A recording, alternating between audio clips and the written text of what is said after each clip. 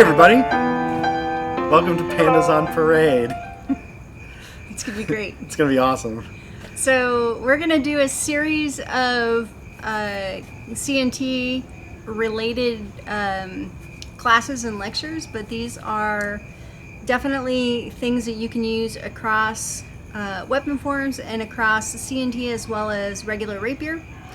But we are this first set of 6.5-ish classes is going to be focused on cuts, why they're your friend, how to use them, when to use them, why to use them, with various different weapon forms and different styles. So aside from class 5, which will be how to use thrusts in cut-oriented forms to more greater effectiveness. Right. So there's one class where we flip it on its head, and everything that we're about to tell you in the first 3 weeks, we're going to say, yeah, so all those things that we told you in those previous weeks, okay, we're going to counter all of that. So that's kind of how this series is going to go, and this is mostly a series about tactics.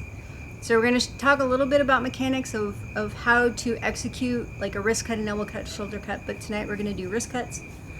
And then we're going to spend the majority of the class time talking about tactics, like when to use them, why you use them, knowing when and why will help dictate the outcome of a fight better for you than just randomly throwing cuts willy-nilly.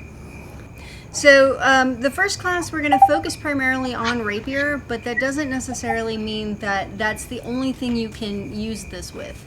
The second class we're going to focus on elbow cuts and the weapons you typically tend to see with elbow cuts. So German rapier and sabering. And sabering. And in the last class of here are the basic cuts is shoulder cuts, and that's where you're going to see the heavier weapons like longswords, Dusaks. Dusaks is a Dusak special we're going to get to later. Yeah. But longswords, arming swords, messers, so larger, heavier weapons which tend to like the shoulder cut better. And then as we progress, and so we say, as I said, here are the basic cuts types. Here are the weapons that you're going to typically find doing a wrist cut, an elbow cut, and a shoulder cut. And then we're going to look at what happens when you do a wrist cut with a longsword, because that's still a valid cut. And we're going to look at what happens when you do a shoulder cut with a rapier, which is also a valid cut.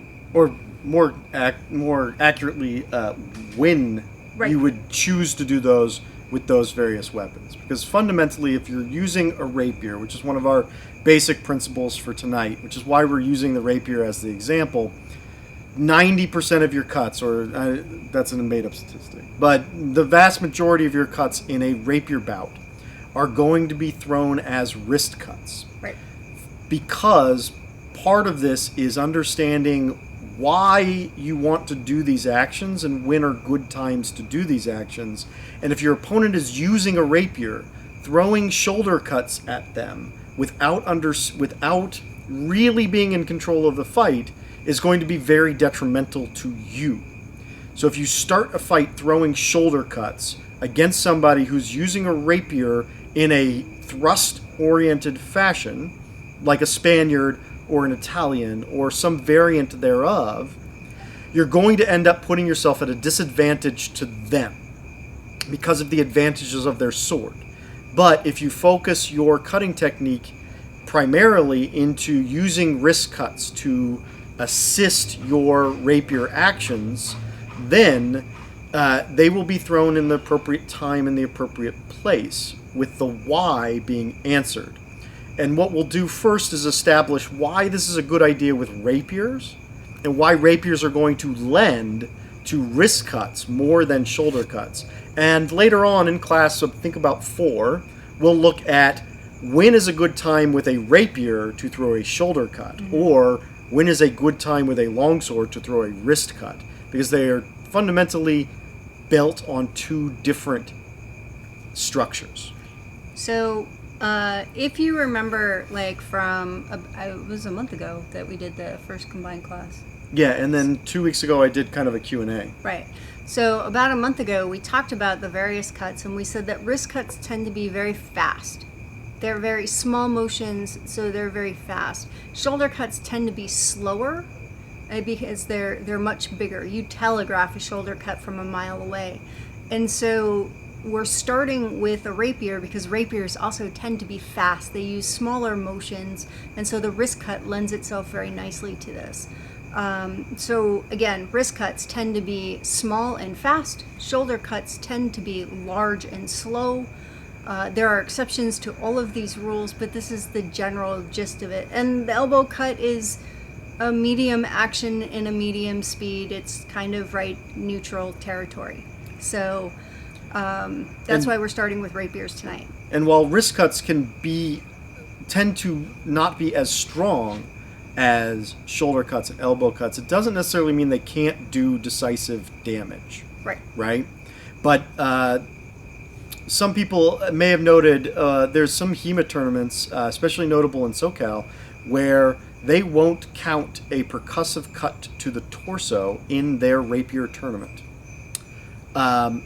That's because rapiers aren't necessarily known for doing damage to torsos, although you can make some arguments here or there. But fundamentally, when you're doing a wrist cut, you're going to be aiming at exposed places that are going to be susceptible to fast, quick cutting actions that don't necessarily have to be cleaved in order to really stop your opponent. Places like the face, places like the head, places like the neck, places like the wrists and forearms of your opponent. You aren't necessarily going to be throwing these wrist cuts into the shoulders of your opponent or the flanks of your opponent, right?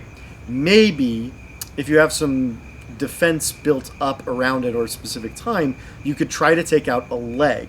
But throwing a wrist cut into the meat of a leg actually isn't going to be the decisive blow that you want it to be, right? So we're really looking at the head and the neck, and the arms, the hands and arms, wrists more than hands even. Those are the places that are actually going to be able to control your opponent and stop the fight. Because by cutting into the arms, you stop their sword, right? Whereas cutting into their legs doesn't stop their sword. Right. It will drop them, but not fast enough. Right. So let's get going, and let's talk a little bit about wrist cuts themselves. Right? Sure. All right. Let's talk about wrist cuts. What are we talking about with a wrist cut, right? Well, a wrist cut isn't really actually thrown directly at the wrist. You're not squeezing your hand and kind of rolling this around with your wrist, although you are using that wrist turn to move the sword. But fundamentally, with a wrist cut, you're actually using the opening and closing of the hand primarily to do the work for you, right? That's actually going to transfer the circular force of the sword just by opening and closing the hand, and you can do it one way or the other. And this is much like rolling a baton, if you've ever played with a baton, right? Just sort of rolling it around in your hand, and then watching your edge alignment to make sure that you're striking with your edge and not turning your sword with your flat, right? So those are the mechanics you want to be paying attention to when you make your wrist cut.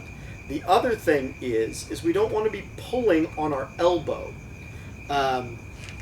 So back up a little bit. If Panda's my target, if I'm all the way back here with my arm, I can't make a wrist cut and hit Panda. I have to extend my elbow to do it, and that's not a wrist cut, that's an elbow cut. If I'm extending at the elbow and throwing my cut, that's going to be an elbow cut. So I want my arm all the way extended before I throw that cut. And so now all I'm doing is turning my hand in order to make that action happen. And what's great about this is that means I can start that action already after the body extension I've made, right? Or I can throw it in my body extension, but fundamentally I'm just moving my wrist, and I'm not pulling my elbow back to throw this cut. So here's that elbow cut we'll look at next week. With a wrist cut, I'm just turning my hand and extending my body forwards behind that. So this is a wrist cut, even though I'm moving my foot, because I'm not pulling my shoulder or my elbow back before I'm throwing that cut. The whole cut action happens at the hand, and it can go from my right, it can go from my left, And it can go from below. and it can go from below, either with the back edge of the sword, the short edge, or even really with the long edge, although this takes a little bit of practice to do. You can throw, especially from the left, these upward wrist cuts are really nice. You notice I'm just rolling that sword out. And even theoretically, I can throw wrist cuts horizontally, both directions, right? So we look at our cutting diagram, you can see that I'm still cutting through all of the same lines. The big difference between the cut that I'm using here is that it's being thrown with the arm already extended and using the wrist to drive the cut around, or using the hand to drive the cut around. So I'm going to ask Lot to do a couple of things so that we can illustrate the difference just in speed. Real briefly, is that I'm going to have him do a cut from the left, a cut from the right over, a cut from the left, a cut from the right under using a wrist cut, and then do those same 4 cuts using a shoulder cut. Pay attention to the speed at which the cuts get delivered. And again, I'm going to move slightly out of the way so you can see. Can you guys see the cutting diagram in the back? Okay. Yep. So he's gonna throw some from this upper line. He's gonna throw some from the lower line, and we're gonna do it with a wrist cut first, so you can see where the position of the cut is coming from and the speed. Your at which sound it's- is wavering in and out. Okay. So he's gonna do that so you can see the speed, and then he's gonna do it from the shoulder so you can see the speed there. Any questions about what Lot's gonna do? Any questions? Yeah. You're going to want a mask. Well, I was just gonna have you do the cuts. I'm not gonna be in the way. Okay. Do you want me to be in the way? Yeah, I want your sword in the way. Hang on. You don't have to be in range then. Oh, that's good. Okay, so which cut am I throwing first? Either left or right over. So I'm throwing a wrist cut Right. this way? Yep. Okay. So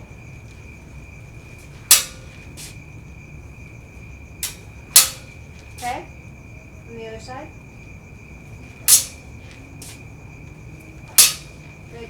Now from below. Okay. One more time. yeah. You're not at the right angle for that one. Which angle do you want? There you go. All right. So, did you see the speed of the cuts for the Yeah. wrist cuts? Yeah. Yeah. Okay, so we're going to do that same pattern again, except this time we're going to use shoulder cuts. So pay attention to his body and where the cuts are coming from, and pay attention to the speed at which the cuts are coming.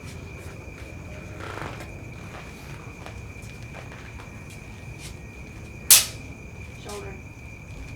Oh, shoulder cuts. Shoulder Sorry, I cuts. was doing elbow cuts. Good. Good. From the other side. Outside.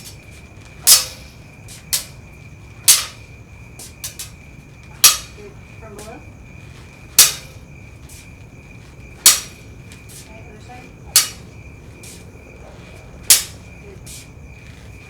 Good. All right. So what's the noticeable difference that you guys are seeing? Are we seeing a noticeable difference? Are you seeing a noticeable difference? That's a better question. There is like a couple seconds drop in speed between the shoulder and the wrist, at which can be important in crush times. Yes. So what else are you seeing as far as the shoulder versus the wrist? Can you see the motion bigger in the shoulder cut or in the wrist cut? Motion is bigger in the shoulder cut. So would I, as an opponent, have more time or less time to react to a wrist cut than a shoulder cut? You'd have more time with the shoulder cut to react. Yeah. Right. Everybody's sort of processing on that. The shoulder cuts, not only, while they become stronger, they use more of my body. It creates more time to generate all of those actions, whereas a wrist cut can be thrown much faster. And so that's that. So for tonight, we're going to focus on the wrist cut, but we wanted to show you that comparison so that you can see that the wrist cut truly is fast, and the motions tend to be smaller. The shoulder cuts tend to be large, and they tend to be slower. Any questions? Because that's the mechanics portion of tonight before we go into tactics. Right. Part of what we said was we weren't necessarily going to spend too much time on mechanics. There's some videos out there as well as, we can always talk about the details of mechanics on how to throw these things. But fundamentally, our goal tonight is to talk about some of the when and why that we want to throw these cuts. So, but we do want to make sure that people understand kind of how these cuts are being thrown and the differences between them. Any questions? Cool. All right. Awesome. Because now we're going to start getting into Why? the why we're going to be throwing wrist cuts. We're going to be using Spanish and Italian tonight, and we're going to be talking about why physics is your friend, because physics is absolutely super important when it comes to when to use a wrist cut or why you want to use a wrist cut. Leverage becomes a very big deal. But we're going to start with the Spanish and the Italian schools of fencing, and then we are going to go into some what we call common SCA-isms. Just generic fencing structure. Also, I know there's a few of you guys, if you're not speaking, try to put your mics on mute if you can. That will help make sure everything stays clear for everybody else. And again, we'll try and speak up, but again, if you need us to speak louder or need to come up closer, we'll have speakers for next time. We're still winging out the technology a little bit. All right. So bear with us. Cool. All right. So let's start with our understanding of why we're going to throw cuts and why we're not going to throw cuts. This is the fun part. So one of the principal issues with incorporating cuts into people's games when they're principally used to thrusting is we're not sure when to throw a cut. And you see this with cut and thrust fighters. Can you guys hear me still? Okay. Yeah, you're still hearable at this rate. Okay, Cool. great. Awesome. Because we have a helicopter. Sorry. So one of these issues with people when they first start doing, especially cut and thrust, and they're transitioning their rapier game, is they go, "Oh, I can cut now. I should cut. I should cut all the time because I can." And fundamentally, this is a bad idea, especially with rapiers, right? So we have to know when we want to cut and kind of when we don't want to cut. So one of the foremost principles we're going to talk about is actually found in Degrassi very explicitly, saying if your point is online, the thrust is faster.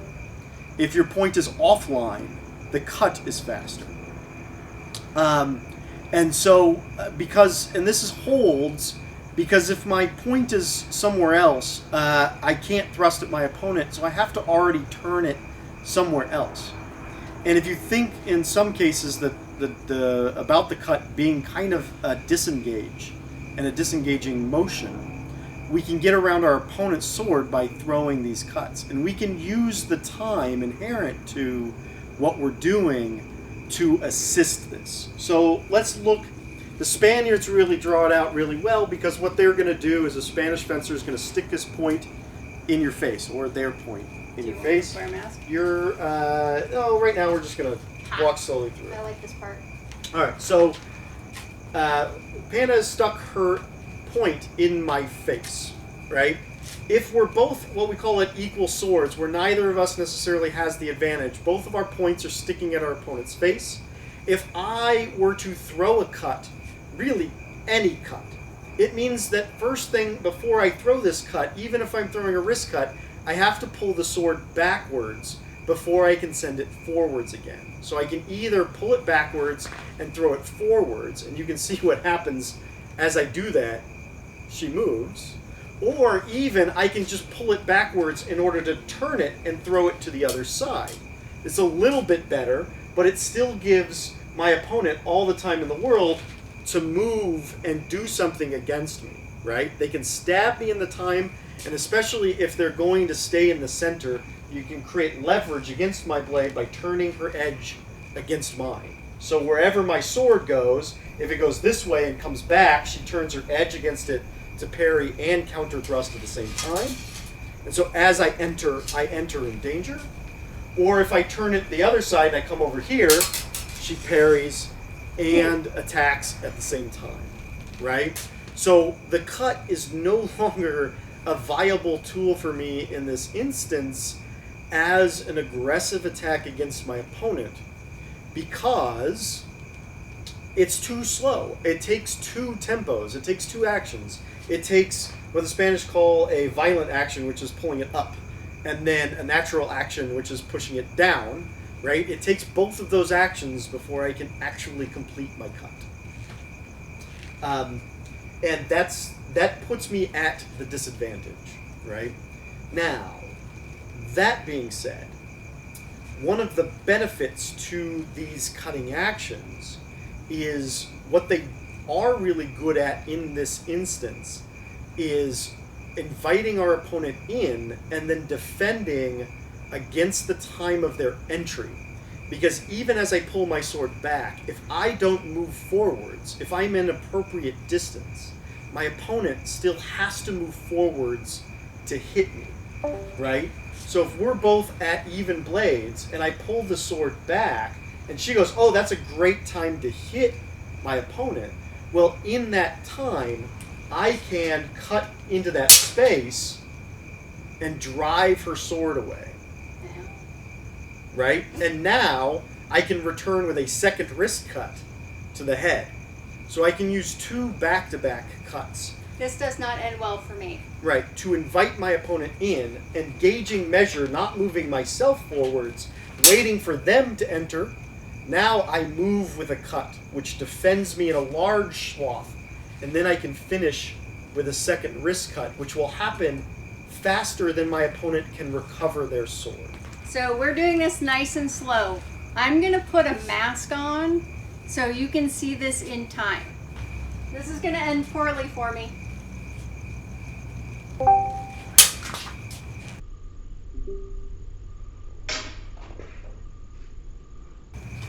So he took my arm, and there's nothing I can do really about it. Yeah, only because I pulled it off of her head. So Right. we're going to try that again, and I'm going to try the butt eye. But I, right? Butt eye. Okay? So I'm going to try the butt eye.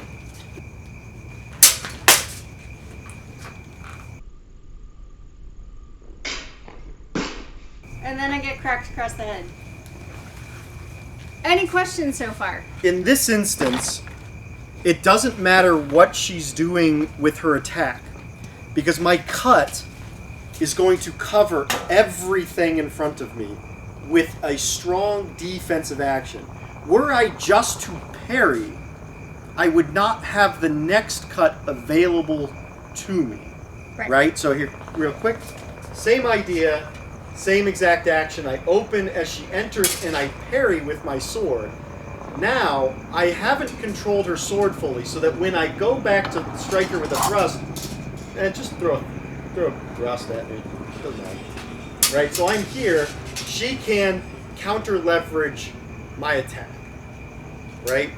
I'm having to pull my sword from this parry to there, but I haven't controlled her sword. Her hilt is still in the way of my point. So as I come for her face, at the very least, she lifts her hilt, and I get deflected. Not something very unheard of. In the best case scenario for her, and kind of the worst case scenario for me, because I'm not really controlling her sword, she's going to make a disengage on me. So when I move to parry, right, and I pull the parry, she's still in control of this point. She's going to turn it under my sword and do something before I can return with my counter, right? That's a 2-time action. But by making a cut, I'm using deflection to push her sword into space. And that's costing her recovery time and giving me space time to continue my blow, which just comes as another wrist cut, right? So the idea here is these wrist cuts can become very fast, faster than thrusts even, Right. right? And they can defend large swaths of territory. And that's one of the primary ways of defending our opponent with a cut, is simply by making a cut into their sword. So the one thing, remember how I said physics is all part of this? That this is a physics game? So Lot already has momentum. So when he's pulled his sword back and I'm like, haha, if I'm moving in that time that he's moving his blade up, he's already got momentum started because his sword is going. He's not stopping and waiting. So if in this action, you're going to do your part really slow. So as he's here and he makes the invitation and I come in, he's already moving. Right. We talked about opening and closing the hand. All I'm doing is prepping with the open hand, and then I can close it very fast. And then as the weapon is starting to make its upswing is when he continues the wrist cut. Right. We make a full circle. So physics is involved here in one of two ways. One, he's making the invitation. I'm falling for it and going, haha, I have an opening. I can go ahead and take this. He's making the cut down. His wrist isn't stopping. It comes back up, and now he's ready to make the cut. All of those actions are taking the movement that he's already doing into account and fueling the next set of motions. Right. If I did that with an elbow cut, by the time I brought my elbow back into play and got my sword into play, she's already here beyond where I can parry that with my sword. So the time I give up for the parry, because I'm not making an elbow cut instead of a wrist cut, is very important. Right. Any questions on that so far? Is that clear as mud or crystal clear? We're getting some thumbs up. It's making sense here. Awesome. Great. That makes sense. The Tahoe? A Tahoe. Okay. So now we're going to talk leverage. Because Right. leverage is great. We can use these cuts kind of on entry and in the early part of the engagement in a similar fashion to place ourselves in a position where we can take then advantage of our opponent. And this doesn't necessarily look a lot like a cut, but when we get later on conceptually with this action, it turns into a cut, right? We've talked, some people might know, we talk a little bit about gaining the sword in Italian rapier. In Spanish, they talk about a tajo, right? A tajo is a small cut on top of your opponent's sword in order to dominate the line. So again, my opponent wants to be placing their sword in my face. I can take that sword, instead of trying to dominate their sword with space, I can just dominate their sword with line. So I haven't necessarily tried to deflect the sword. All I'm actually trying to do is place my sword on top. And I do it with a motion that looks a lot like a cut. What this allows me to do is, because I step behind my sword and make that cut, again, any attack that comes in, no matter where she puts that attack, my cut is going to defend it. Right? Because my cut is in the way of it. And I can sit on top of the sword. And what this then allows me to do, because I've dominated the line, do I want to cut again at my opponent? Maybe. Is my point online or offline? Point on That's or hard, offline? It's hard to see from there, right? So we'll try it again. But fundamentally, my point, even though it isn't directly pointed at my opponent, my point is online. because I'm in control of the center of the fight. So we come into that engagement, and when I make a little step and place a little cut, and I've gained dominance, now I can turn my sword and easily thrust at my opponent, and they're going to have a harder time parrying that. They're going to have to push my sword horizontally away from their body in order to avoid getting hit. Any counter thrust they make going straight at my face is going to be deflected by the angle of my sword. This is what we talk about leverage and dominance of the line. The Spanish and Italian and all combat systems understand dominance of the center line. And this is how we can get there. I can place my sword here, kind of like an Italian might, but a Spaniard is going to start with a little cut.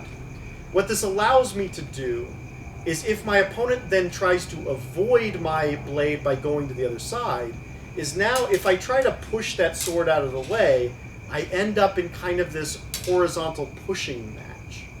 But if instead of thinking about pushing on my opponent's sword, I just make another little cut with my wrist to the other side, I'm using a wrist cut to dominate their sword. So I make the little wrist cut on this side, and when they move, I make a little wrist cut on that side. And you can see how powerfully dominant that action is. I'm not even looking at her. I'm just feeling where her sword is, and I'm not giving her any momentum with my sword. She's having to do all of the work to move her sword herself, but there's no entry.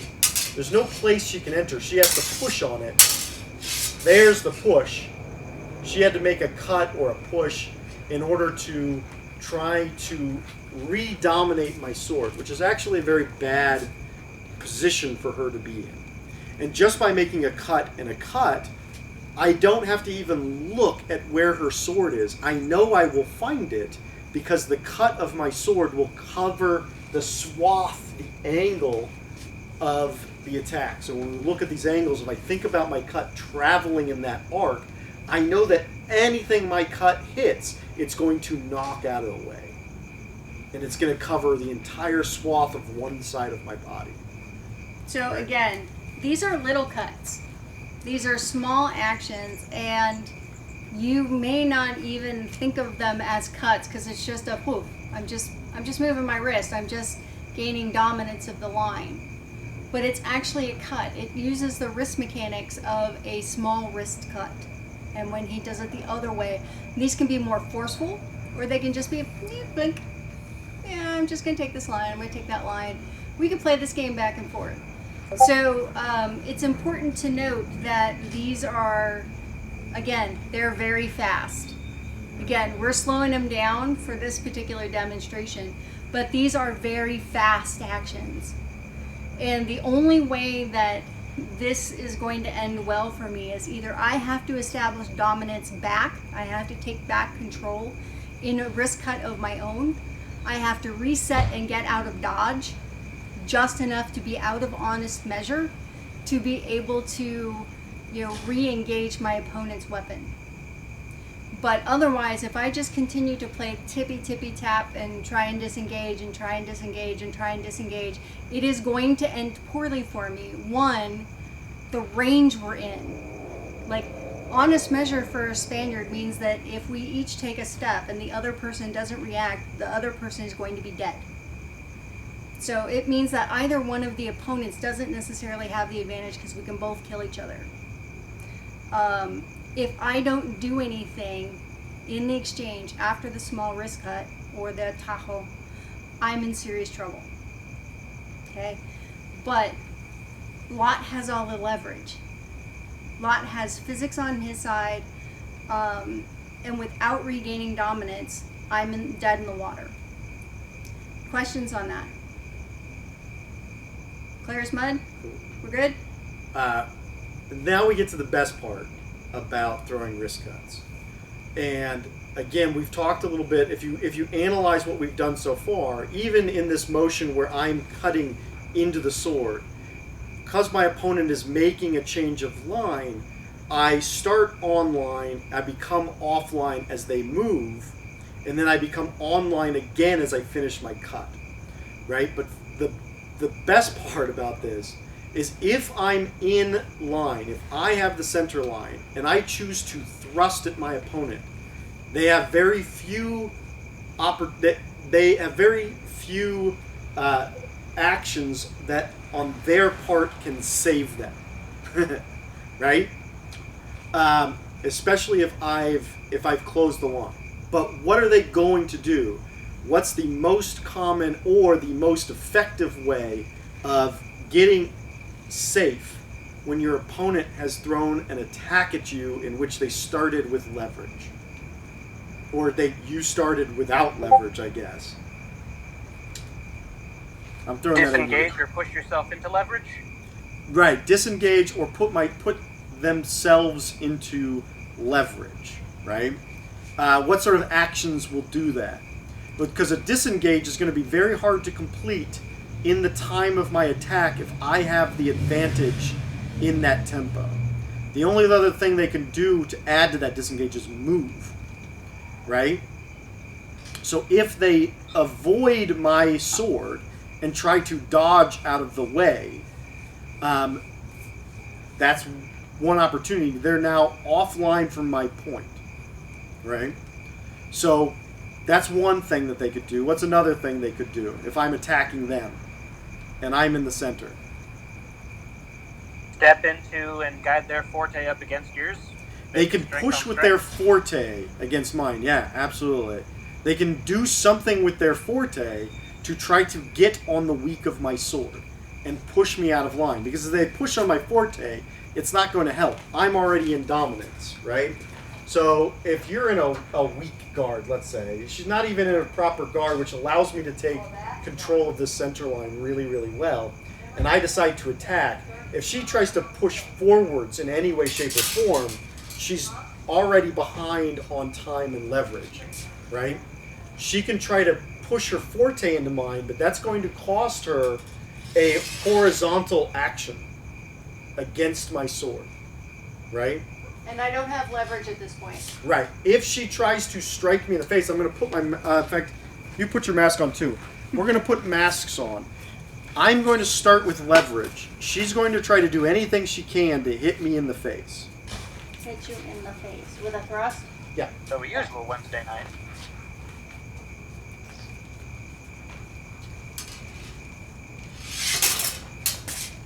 Ow. Are you okay? Yeah, Sorry, it's dark. it is dark. Alright, so did you see what she did? You know, the first action she tried to push forward. There's no leverage there for her. She has to push sideways. And can she hit me in that time? No. But she can hit me in the after time. After she's parried, she can hit me, right? That's what she wants. She's going to use that forte, get me as far out of the way as possible, and then try to do anything to hit me on the back end of her parry, right? And this becomes bad for me if I commit to this attack.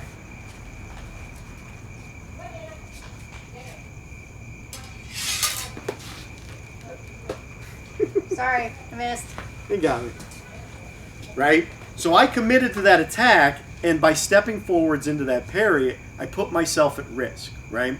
This is where risk cuts become absolutely our friend. Because it's very difficult for me to disengage after I'm parried. I'm moving forwards, and it's hard to get my sword around. Let me put your mouse back on. No, just push the parry. She pushed the parry. Right? I got so much here in the way of my disengage to try to get that point in there. I got to get out and do all sorts of weird stuff. But if I treat my cut like my disengage, all I have to do is flip it. She pushes from one side to the other, and I can stay safe as I'm turning that cut. Because my hand stays in the center of the fight. Right? We'll do this with masks on. Not too fast, though. No, Slow it but down this so is everybody can also, see. again, where physics becomes his friend, not my friend. So I start with the leverage thrust. She parries.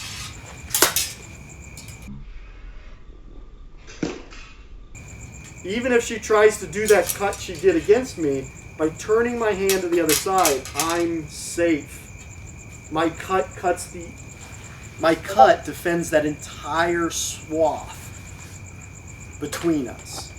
And I can keep my hand in the center of the fight as I do it.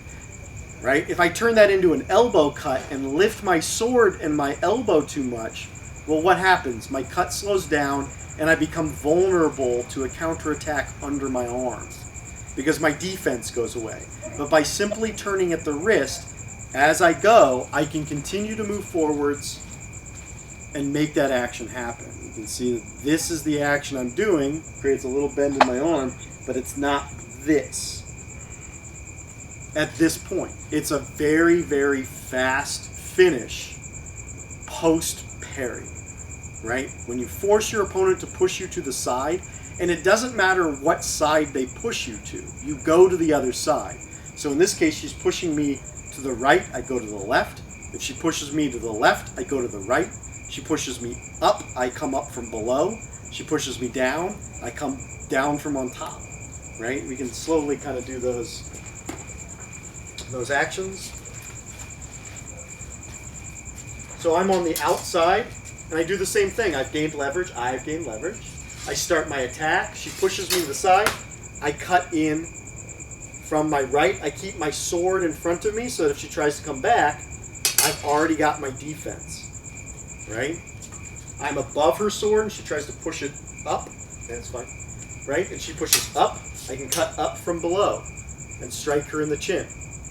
Just by using the wrist cut, I'm low and she pushes down on that sword. I can turn that into a cut from above. Just by turning my wrist in the direction in which I'm being parried. Right? This is sort of the key element. This is where wrist cuts become art. Is when you can throw them as your opponent is pushing you from one side to the other. As they're taking leverage from you, you reverse it completely. You pull the rug out from underneath them and put the leverage back into your favor in one smooth action. Because my parry is already giving him the direction he needs to go.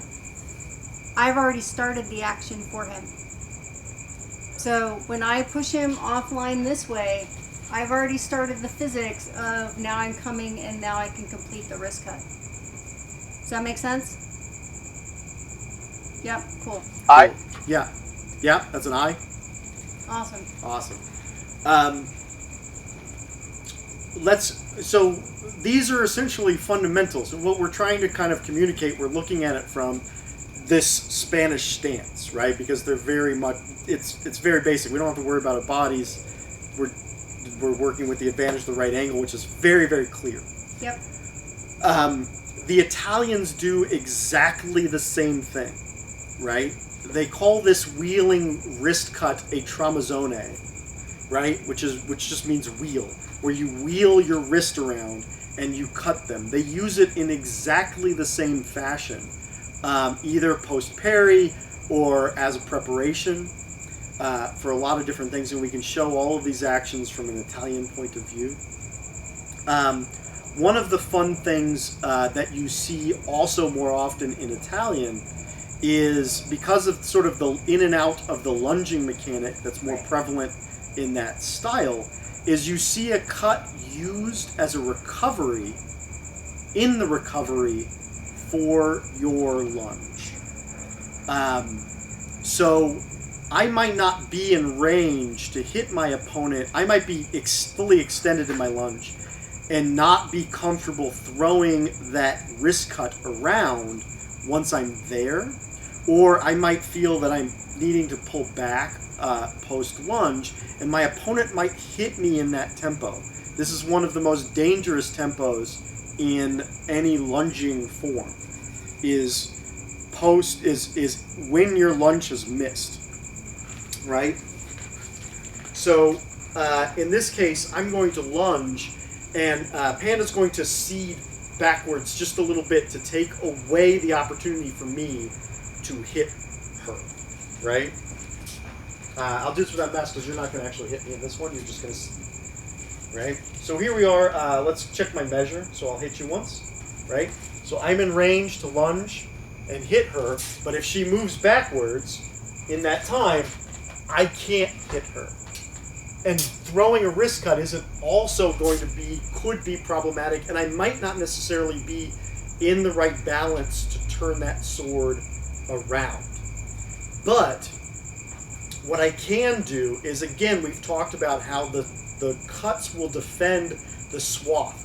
A lot of people talk about trying to parry in the recovery, and some people talk a lot about how the arm recovers last, right? All of those things are absolutely true, and I can demonstrate that real quick. So, in fact, you're going to do the seed and then come to hit me in my recovery. Just, right? So I lunge and seed, and then boom, right? I'm vulnerable to this very fast attack to hit me. So people talk about trying to parry that, or at the very least getting your body out of the way and keeping my blade in front of me, right? One of my favorite techniques is principally found in Gigante's treatise, but you'll find variants of this all across northern Italian rapier, and that is I'm actually going to throw a small wrist cut into my opponent's blade as I recover. So we do exactly the same thing. I start that action and she cedes away from me and then comes back and attacks me, and I throw the wrist cut into the blade as I recover.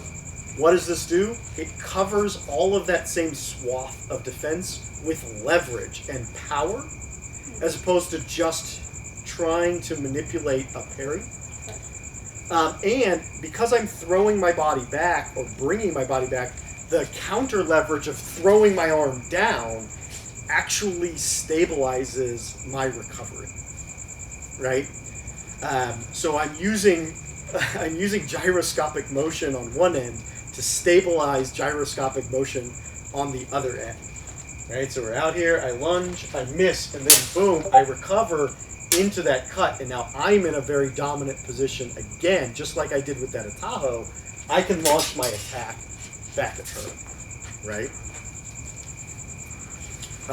So all of these things fundamentally play together to make these small actions very practical when we're doing this. When we look at using sort of parries and counter thrusts, the cut becomes super important to controlling time.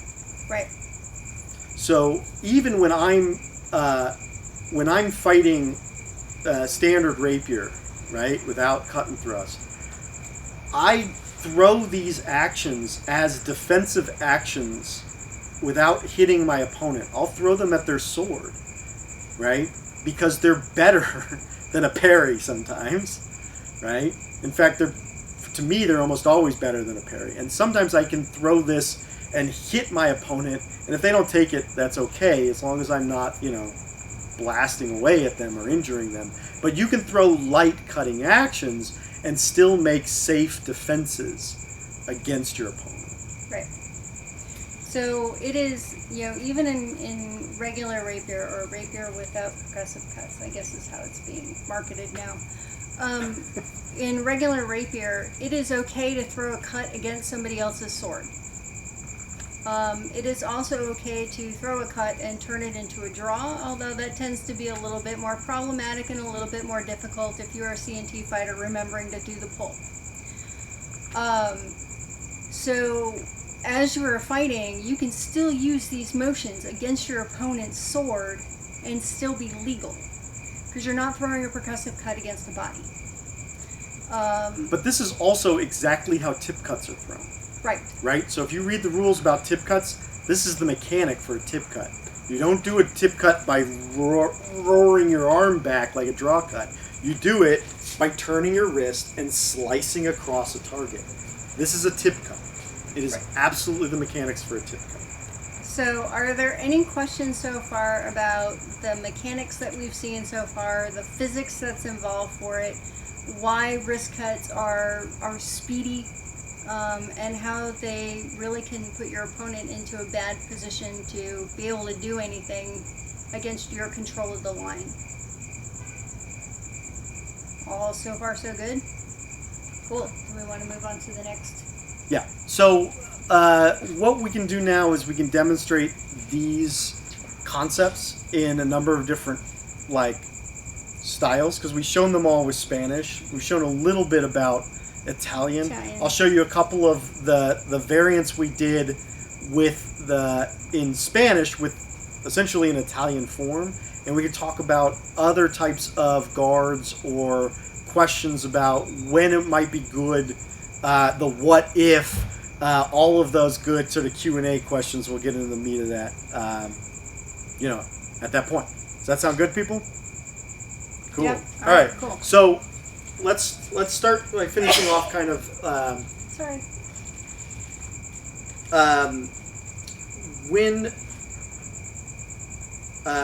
when we're dealing with kind of this Italian set of form principles, we're dealing with the difference between the Italians and the Spanish is the Italians use a longer body lunge.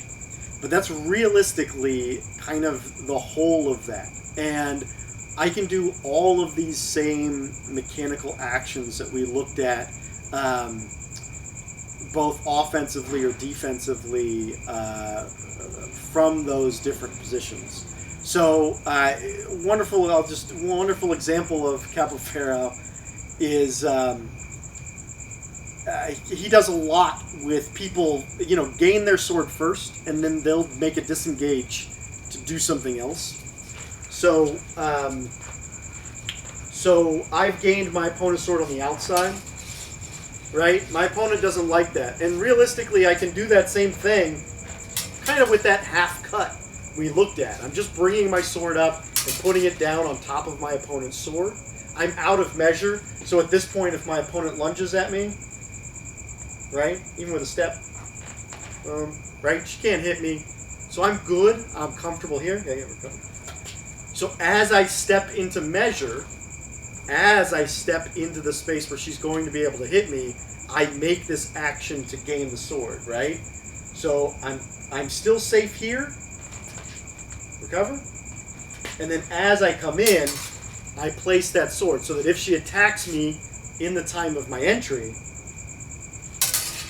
I'm defended against it, right? That same cut kind of comes down and defends against the sword. If she decides to make a disengage at that point and hit me on the other side, I can use that same wrist cut to drive her into the ground. So I gain the sword, she disengages and attacks.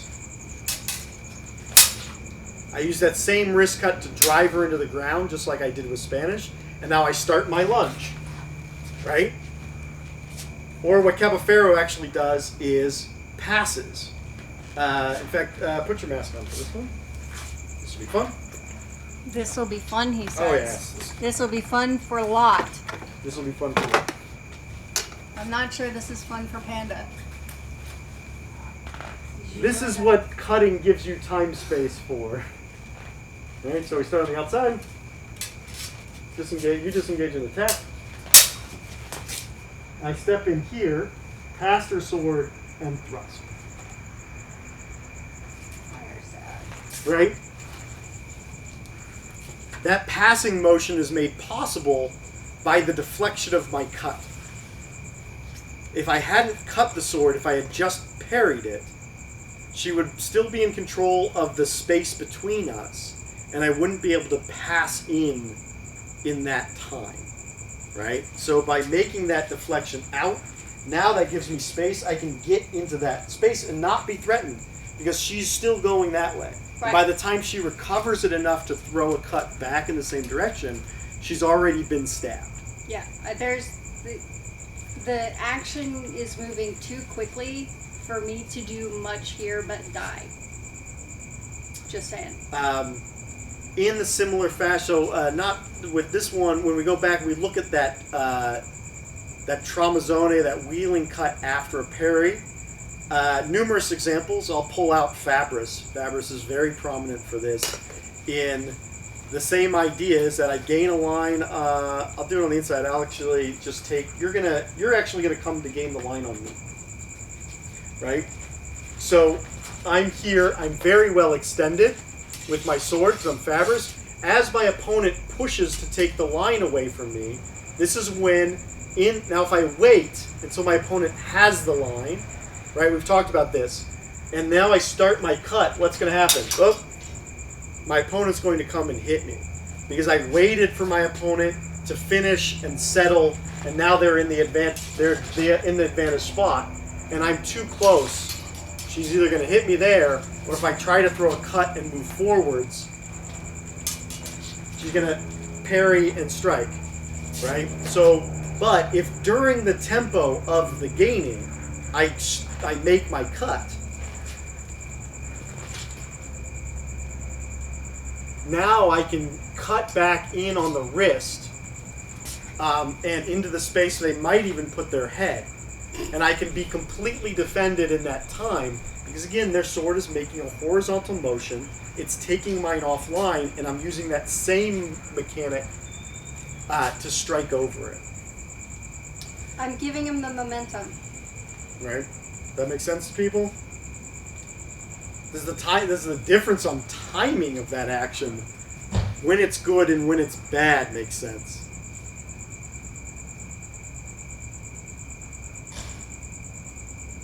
Cool.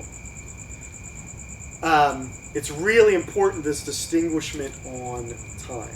And we can use the same idea, again, if my opponent is pushing me out of the way with a parry, and I'm in control of that action, instead of just finishing, recovering, and trying to deflect them as they come at me, I'm just going to turn the same wrist cut I did with the Spanish fencer. I'm going to do it from a lunging position, right? In the middle of my lunge, I'm just going to turn my sword from one side to the other. So you're going to parry this one just the same way. I'm going to take the line. So I have the line. I start the attack, and she pushes it out of the way.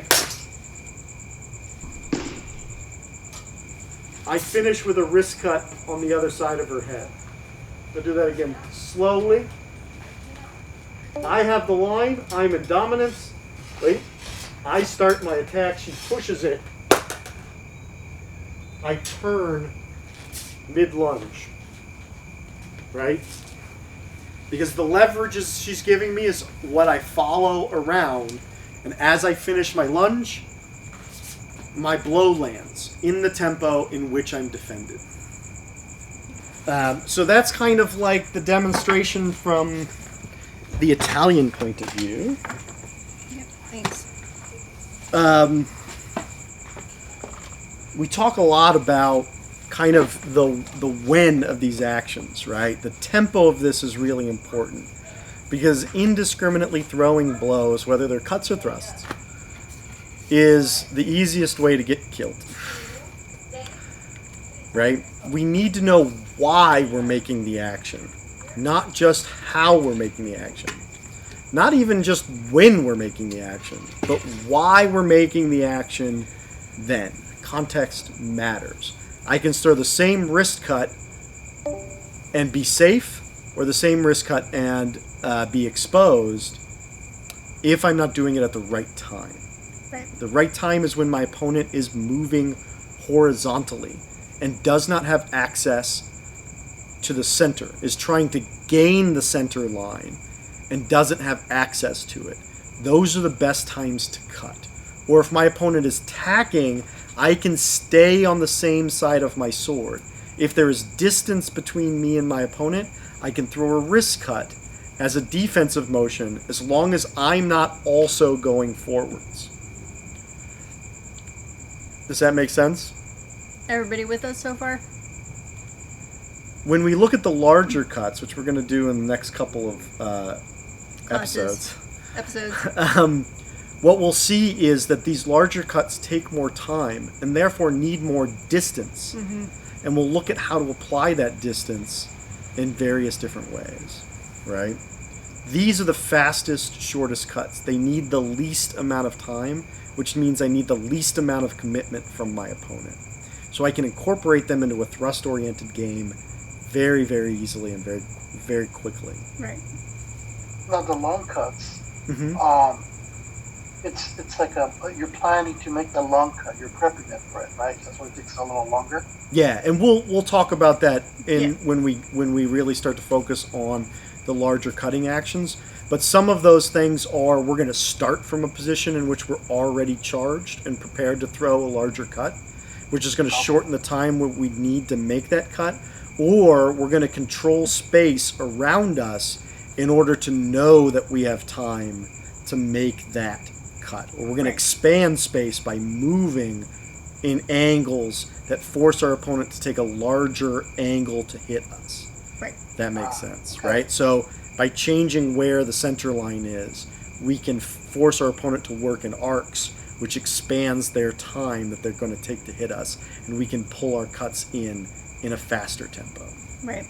And for the wrist cuts, like a rule of thumb, is it half the tempo or is it just the one tempo in terms of timing? It depends. It depends on how you measure tempo. Tempo is ultimately a relationship between your action and your opponent's action.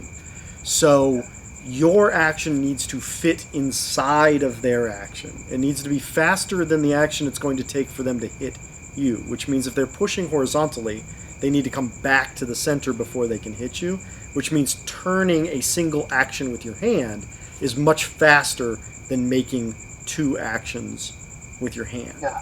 Right? Sometimes the cut's going to happen in between. So if I'm doing an action that potentially takes two measures of time to complete, my opponent can steal some time with the wrist cut in that in between space. So it's like the wrist cuts, it's not a 1-for-1.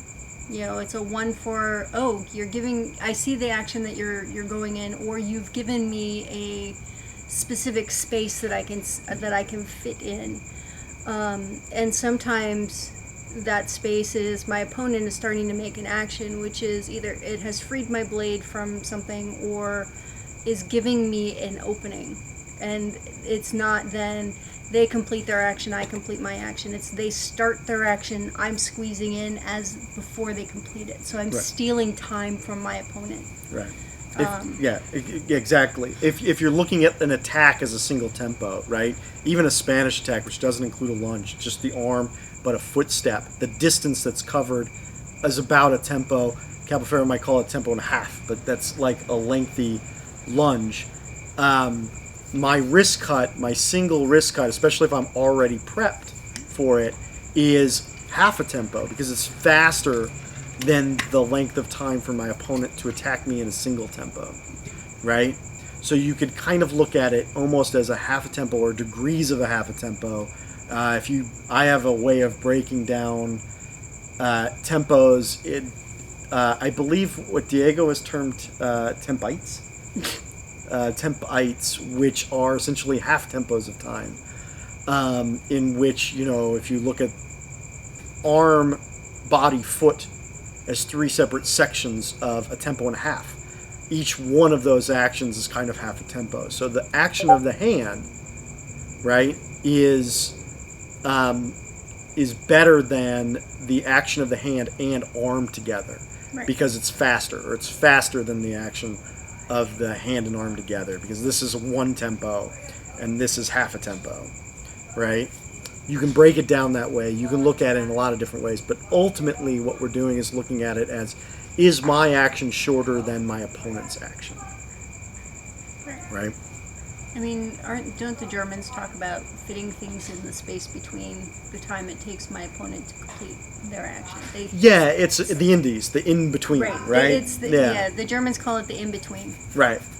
And you can kind of measure it in that fashion. You also have to look at stillnesses and stops. Mm-hmm. One of the great things about a cut is it's one continuous motion.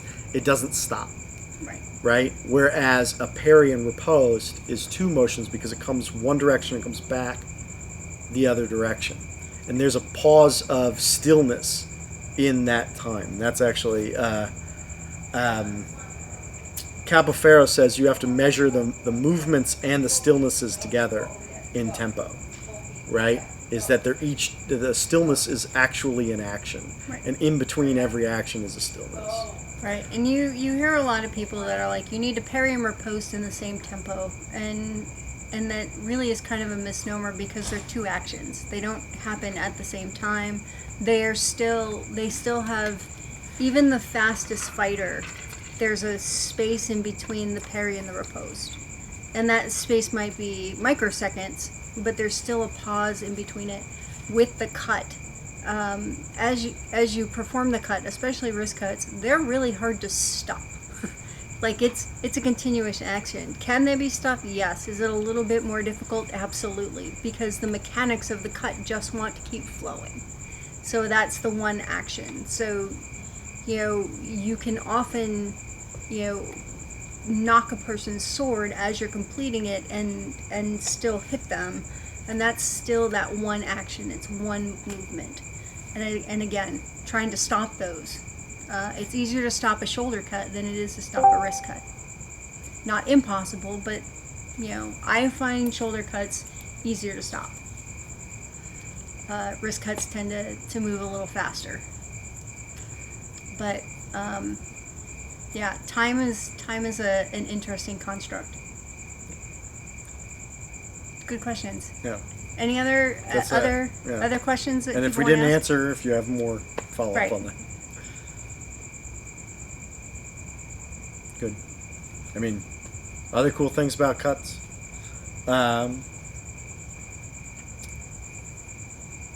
Any other questions anybody has?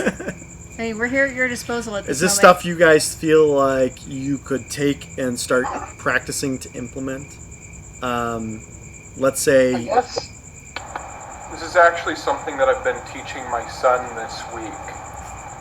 So, that's awesome. Yeah. So, Mark, Yeah. speak to where you want the impact. When you're doing the wrist cut into the parry, where do you want to have your blade in relationship to the impact on your opponent? Well, that's a good Okay. question. Yeah. That's a So great it's question. it's kind of a mechanics question. Yeah, it's we can absolutely get back to it. That's a great question. The question, if you probably didn't hear it, is can we speak to where we want the blade impact to be in relationship to our opponent when we're throwing this cut? And ultimately, this is actually fundamental to all of the cuts that we're going to do. Right. Is we talked a little bit about making sure when you're doing your wrist cut that your arm is already extended when you start to make that action. That's principally a way of maximizing your range and staying defended as you do it. If you throw a wrist cut with kind of let's say a weak arm or a tucked in arm, what ends up happening is your cut will impact the strong part of your opponent's blade, and that isn't necessarily the most effective action. And it's really funny. I'll say this. I'm just gonna preface this with a little bit of concept, and then we'll go demonstrate. Does that sound good? Right. Okay. Is when you're dealing with circular momentum, we talk a lot about the parts of the sword, right? And we talk about this being the strong of the sword and this being the weak of the sword. And in a linear leverage position, that's absolutely true. But when you're talking about cutting, because of the angular momentum, the rotational momentum of the sword, you're actually getting more forceful impact here Right. than you are here. So where you want to put that is in the place you want to hit. So I don't want to be hitting my opponent's head with this part of my sword, Right. because it's going to do the least amount of stopping damage. I hate that word. It sounds like I'm like calculating damage in points, right? The least amount of damage down here, but ultimately it's kind of true. You get the least force out of your least impactful effective. cut, right? It's the least When you're effective. here, and you It's can the stop least. somebody and you can punch them or whatever. That's a great way to stop somebody. Like hitting somebody here isn't horrible, If we're completely unarmored and you hit me in the face with this part of your sword, even a blunt one, I'm not going to want to keep fighting. Right. But you're not going to necessarily get the cleaving damage that we're actually ultimately looking for when we hit with the impact part of the sword. I kind of imagine like more like a whip. Yes. Yeah. If you think about how that whip action works, it works very similar when you have a large bar. Right. Yeah. I mean, So- in regular rapier, we talk about you want to put the strong of your sword on the weak of your opponents, because when you have physics on your side, moving this up here, is easier to move a person's sword than it is to move it here. And for things that are mostly thrust oriented, that's a really great rule of thumb. As soon as you start adding angular momentum to this and you start adding rotation to it, the equation flips. So I think the answer to Alexander's question. Well, I mean, we're getting there. Is the first part of that question is that ultimately, what I actually want to be hitting, the place I want to hit, is this part of my sword right here. It's about a hand span down. Right. It's what we generally think about as the sweet spot in any striking action. If you think about where a baseball player wants to hit with their baseball or a golf club, you want to hit it here, because out here you run the risk of just scraping with the tip and not impacting forcefully all the way through the target. And anywhere as you start to go this direction with it, it starts to lose the angular impact. Right. Now, that being said, is that defensively there's still linear leverage to think about. And in places where we want linear leverage, I want to be using this part of my sword. And I don't want to necessarily be hitting this part of my opponent's sword with my weak. Right. Because this is going to be the hardest part of their sword to knock around. So if I'm striking at my opponent's sword, I generally want to be using this part of my sword against one of the weaker parts of their blade, probably in the middle of their sword, because that gives me really good mechanical leverage action against them, whereas just hitting the tip means they're still in control of their hand. Right. But down here in the middle means I can hit their sword and deflect it in a way that's really, really good for me.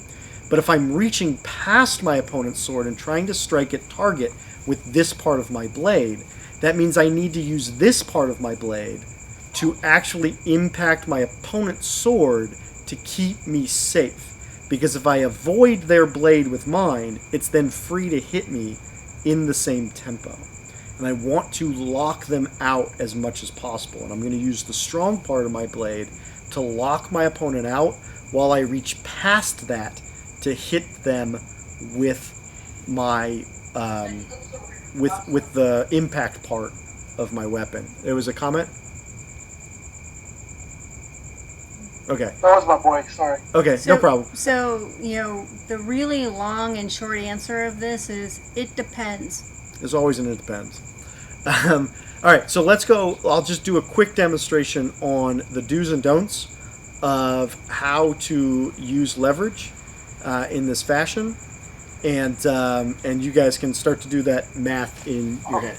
Also, Yeah. I'll do, before you go up there, because I have a pill and I want to practice with my saber. Uh-huh. Okay. We're talking about the circular motion Uh-huh. on the wrist. I don't want to hurt my wrist while practicing. How much force should I be using? Not much. Just Yeah, I will, check the library for my YouTube. It's in the library on this channel. I have a very specific video I did about calibration for cut and thrust and how to negotiate it within your body, showing upper level calibration that I use for armored combat, heavy fighting, as well as different levels of how to negotiate that leverage or that impact level when I'm throwing cuts with different in different impact environments, right? So I got a whole video on that. But ideally, especially when you're training, what you don't want to do is be forcibly stopping your blow in order to create softer hits. This is the shorthand. Is don't try to tap it, because you see what happens when I do that? His whole shoulder tightens up, Right. his elbow tightens up, bad things happen. And if I try to stop my blow as it's hitting, that isn't going to happen at all. That is not the way physics work. You can't stop that blow as it's going. What you have to do is squeeze into that blow and then direct your force into the ground, right? And so relaxing your hand and relaxing your body going forwards, and then relaxing your force and letting yourself ground that force will soften your blow. That's the goal of how hard you should be hitting. You should not be forcibly feeling it in your hand, but you shouldn't be trying to stop it in order to hit lighter. Or pull power. Or pull power. Pulling power is the fallacy. Right. We're trying to get away from that. You just want to relax, and the more you expand out, the more you control your power through distance, and the amount of distance you step will actually control your power better than trying to stop your blow. So one of the things that people often observe, especially with wrist cuts, is like, oh my God, they're so fast, they're going to hit so hard. It's like, no, they travel quickly, but if the person on the other end isn't trying to either pull it, or they aren't trying to power through it, or if they let the mechanics of the cut happen, they're, at most a little stingy, but they're not, there's not a lot of blunt force behind them, but there's a lot of speed behind them. So it looks like it's going to hurt a lot, and it really doesn't. The most important thing probably with cuts is good proper mechanics, and not trying to alter those. Take a look at Lott's video, because he does a lot of good things with the mechanics of them, but trying to alter the mechanics of a good formed cut is where you end up with power issues, where you end up with too much either being driven through the sword, or body issues, like you end up pulling your shoulder out, you end up hurting your elbows and your wrists. It's where the kind of the danger of cut and thrust comes in, is the improper mechanics. Ultimately, in truth, the best mechanics you ever used for a cut was probably when you were swinging a stick as a young person. Yep. You didn't know anything about it, and you were just trusting your body to do it, so you weren't thinking about how hard you were hitting or anything else. You're just swinging a stick in the air, and ultimately, that's actually some of the best mechanics you can be using once you start to refine it. So the idea is trust your alignment more than anything else.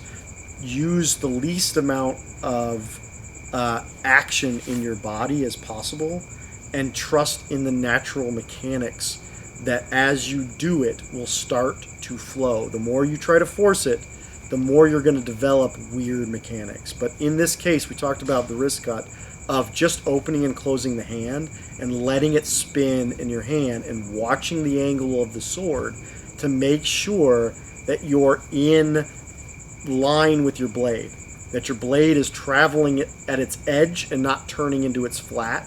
And you can see, you can see what happens when I'm going flat. You see how my hand's going flat? And look at all the things that are happening in my arm. Do you see how that elbow is sticking out and everything else? Right? This is me turning flat, and you see all those things. But as soon as I go edge on, see how all that stuff quiets down? Yeah. Because I'm just using the natural mechanics of that wrist turn. And I'm following the edge of my sword, which follows the edge of my hand, which follows the edge of my arm. All of those things are in alignment. As soon as they get out of alignment, this is what happens. See all that? Yeah, this starts getting out of whack. Alignment, out of alignment. And you'll feel it in your edge. So one of the other things that I will let you know is if you practice against the PEL, your PEL will tell you when you are doing it wrong, because it will reverberate up the sword and through your arm. And it will feel like this, and you will feel it come up the sword blade, into your hand, into your elbow, into your shoulder. That's too hard. Listen to your Pel. Listen to your Pel. So your Pel will tell you should be able to do the same strikes over and over and over again with nice, simple movements where you're hitting the Pel in a consistent, striking fashion without reverberation up the sword and into your body. I guarantee you will, especially with steel, as opposed to rattan, when you are working against a Pel and working out the cutting mechanics of how these things work, your Pel will tell you when you do it wrong. The other thing that will tell you when you do it wrong is if you ever have the pleasure of using a sharp sword against tatami.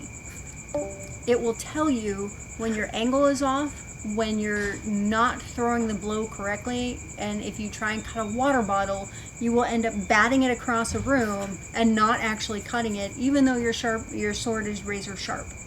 So there are several tools that we use to help train ourselves on how to do cuts against the Pel. Let the Pel tell you when you're doing it wrong. Don't bounce off the Pel. Don't try to bounce off the Pel. Don't bounce. Try to get your impact into the Pel. It's safer. And it tells you where your alignment is. And when you impact somebody, you noticed when I hit Panda tonight in her mask, I didn't bounce back off. I didn't try to tap her and come away from her head. I just let it hit. He didn't fly stuck fish. there, right? So he didn't cast it and Right. pull it back. He let it go poink and stop. Right. And I know I'm safe because, again, we'll talk about this, the leverage I'm using. I don't have to rush anywhere. Don't have to speed my cut in. I know my cut's going to land before her action because the timing is right. That's what matters. And I'm just letting it happen, right? And I'm just laying it in there and being stable behind my cut. And if I'm bouncing off, now I'm being unstable. Right. And especially if I hit my opponent's sword and bounce off, look what's happened to my body. I'm not defended anymore. I want to be defended. I want to make sure those actions stay solid. As soon as I bounce off, I become undefended. So one last thing, Yep. and then we'll demonstrate. Cool. So if anybody is a heavy fighter, these mechanics will do very well for you as far as like throwing cuts, especially the bigger ones. If anything, you will learn edge alignment more so than any of the other stuff that you can potentially learn fighting rattan. Is you will know where your edges are, because edge alignment with a steel sword is really obvious and where it is.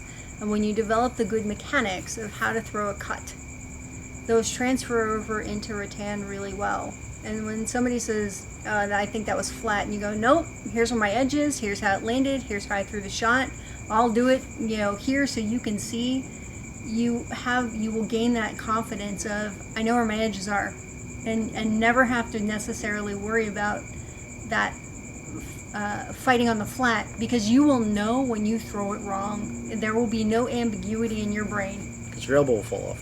Yeah.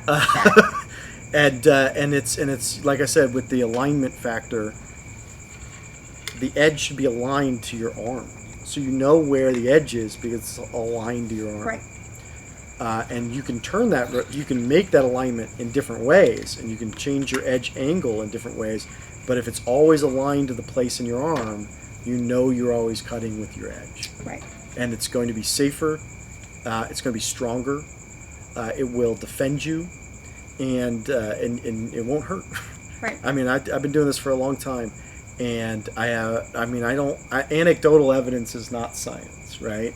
But I've seen people develop, tendinitis and the elbow injuries that we see regularly from overuse. To me, generally, I can trace that back to some sort of misuse of alignment of their body. Right. It's a body mechanic issue from a lot of it. To that issue. I'm sorry, You're okay. You're a little soft. You're good. I'll testify to that too, because I fought armor combat for 20 years and don't have screwed up elbows. Right. Yep. Yeah. Yeah. All right. Let's do a little bit on that mechanics because it's really important. Right. Of leverage. And again, I think there's some other videos on my channel where we talk about this too, which is why I didn't want necessarily get too deep in the weeds on mechanics, but it's very, very important.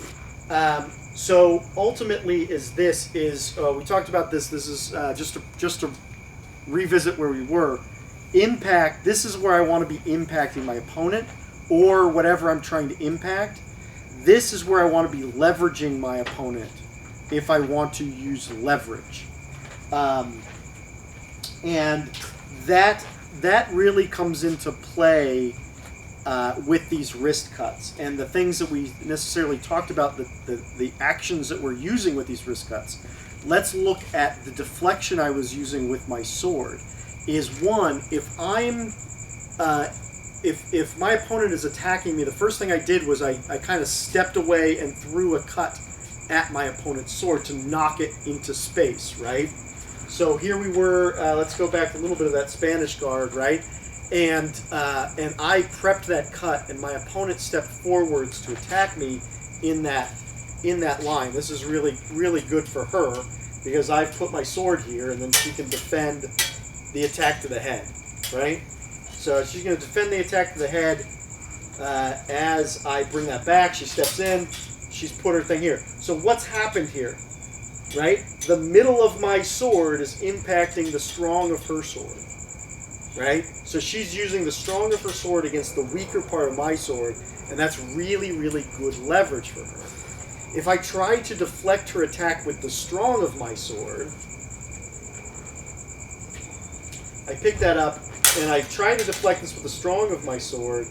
It doesn't, like, I can do this. This is okay, but what happens to her hand? Look at what's available to her. Do it again. We'll do that same thing.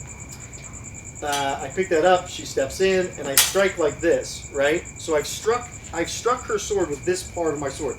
I've gotten deflection, but her hand is still in control of that weapon. It's going to turn over really fast. And she's going to do exactly what she did, either with a low line thrust or her own wrist cut to my head, right? Do it again. Same thing. I pick that up. You step in, and I hit here. I am very much exposed because I had to push all of my strong down into her weapon, and now it's very far away for me to defend my head. I'm going to reverse that, and I'm going to strike into her sword with this part of my weapon. Right, the striking surface, the striking part of my weapon. You're going to do exactly the same thing. Right? How good was that recovery? You can see her pause because everything's being sent that way. And where's my hand? My hand's still in front of me. But because I was able to use the leverage of that blade to throw her further down, I gained more space-time through the cut by using the impact part of my sword and not trying to slice into it with the leverage part of my sword, right? The opposite holds true when I'm trying to throw the cut at my opponent. So let's say we've done the thing where you push me to the side, right? So I've gained leverage, she's made the parry, and I continue forwards, and I try to reach in here and strike here. Again, I'm essentially just punching my opponent in the face at that point in time. I'm striking down here. I'm not getting good slicing leverage, and look how far I have to go to do that. And look where her sword ends up against me, right? So let's start with the parry, right? So let's start with my attack, and then you'll parry. So I start the attack, she parries, and I throw this, and I'm reaching in here. I'm very much exposed here because I've used the leverage part of my sword to commit to striking at her. So now what I'm going to do is use the leverage part of my sword to hit her sword, and use the striking part of my sword to hit her. Same thing. Right? So I've got the leverage, I start the attack, push. Right? So now the leverage part of my sword tracked her sword and impacted her sword at the same time as the impact part of my sword hit target. You okay? Yep. Right? Was that it? Was that heavy at all? No. No? You can see how fast I threw that cut. And I didn't pull it. I didn't try to stop it, and I didn't bounce off of it. And it wasn't very hard at all. It wasn't very hard. Nice So, calibration. what's that? It was nice calibration. Ultimately, in any of these cuts, we'll get into this with the larger cuts too, is that all of that applies. Let's say I'm throwing what the Germans call an Unterhau, or the low cut. or an upward diagonal cut, a Rodopio. Let's go even this way. That nice Rodopio from Capoferro, or Reverso Rodopio. You're in a Italian guard or a Spanish guard, doesn't really matter. We're in that Italian guard, and I've come in and I've found myself in this predicament where I can just come forward with a wrist cut as my defense, right? If I'm trying to deflect the sword as she attacks and I do this, well, there's leverage there, and she's going to punch through that leverage, right? Because I tried to cut into the sword with this part, and it was too slow, it was too far behind the action, and I put myself in a bad predicament. I'm going to do the same thing by hitting the sword with the impact part of my weapon, right? You can see what happens is I throw her dramatically further away, and when I do that, again, I can then follow that up before she can respond with my own thrust. Boom, and then back in for the thrust, or another cut. The opposite holds true if I'm trying to get deep into my attack. Oh, hey, I can see you. Yep. So same guard. This time I'm on the offensive, and I'm going to take away the sword and get into striking my opponent as I go. I want to use the leverage part of my sword against her blade, and the impact part of my sword against my target. Right? So I'm here. I'm going to throw up and into that space. In this case, I would have hit her elbow or the side of her head, depending on exactly which angle I throw that and where her arm happens to be. But you can see that by throwing into the weak of her sword with my strong, and then following behind that with the impact part of my sword, I gain the proper leverage to be safe when I do it, and I know that I'm hitting her, my target, appropriately with the impact part of my weapon. Right? Clear as mud or crystal clear? How's that sound? All right, those are good questions. Those are excellent questions.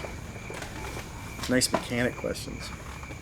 Let's scoot over the light. What? People see me? Yeah. So, again, these are things that are good to practice. When you're practicing on your Pell, one of the hardest things to do is practice timing the leverage on your opponent's sword.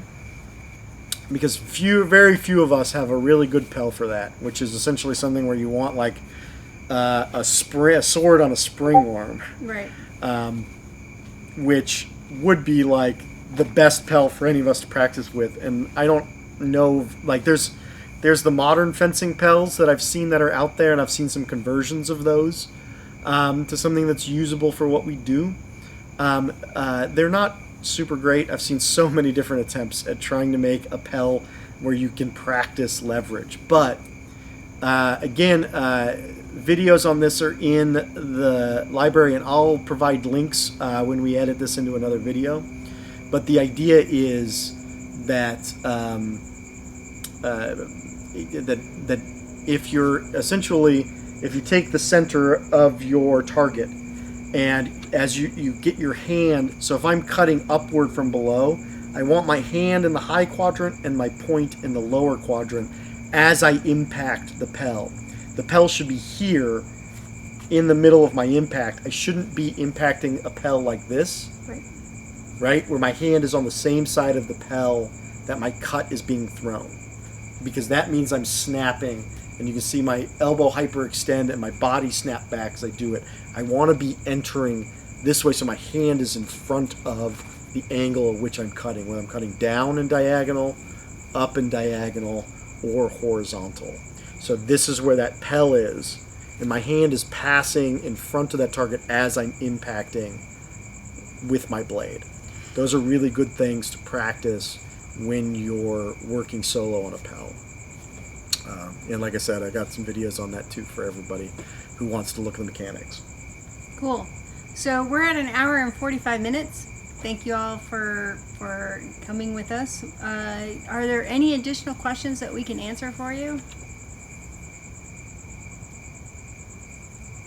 Cool. Well, I'm going to encourage everybody to go, have fun, play some cut and thrust. cutting is fun, and it's very sound tactical actions to do in any fight. Right.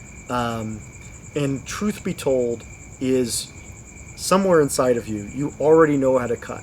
You've been doing it since you picked up a stick as a little kid. We tend to kind of bludgeon that out of ourselves as we get older, and we stop trusting that side of ourselves. So, trust that side. Go have fun. Play with swords. That's what we do. And if you get a chance to work on a Pell, or even just working in space, working your form, and building these concepts into what you're practicing and saying, okay, I'm not just indiscriminately cutting with my sword, I'm doing this with a purpose. I know my opponent has pushed me offline, and now I'm responding with a cut. Or I'm practicing cutting into a sword so that I can prep my defenses.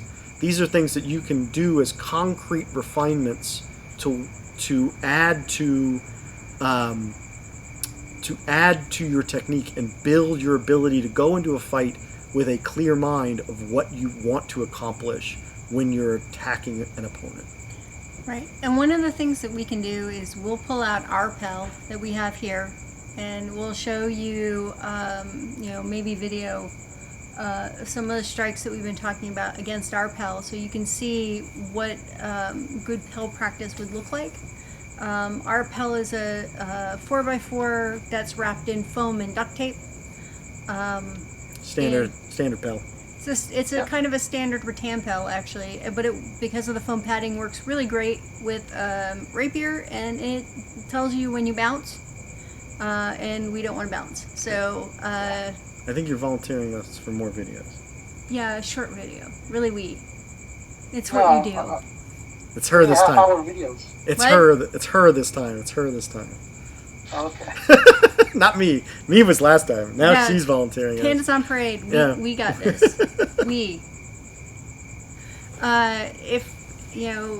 We're available on Discord via PM if you get stuck or have questions. We are happy to talk swords. We're happy to talk cut and thrust. You can just pop into one of the channels and be like, "Hey, I got questions too." So we're happy to do it in public. Yeah, same with the Fundamentals and Techniques channel if you want to do that. But that's all we have for this episode. In 2 weeks, we're going to do elbow cuts. That's going to be super exciting. Because we're going to do a little bit more, we're going to do German, look at the German swordplay, and a little bit of Sabering. sabering. So join us then. Cool.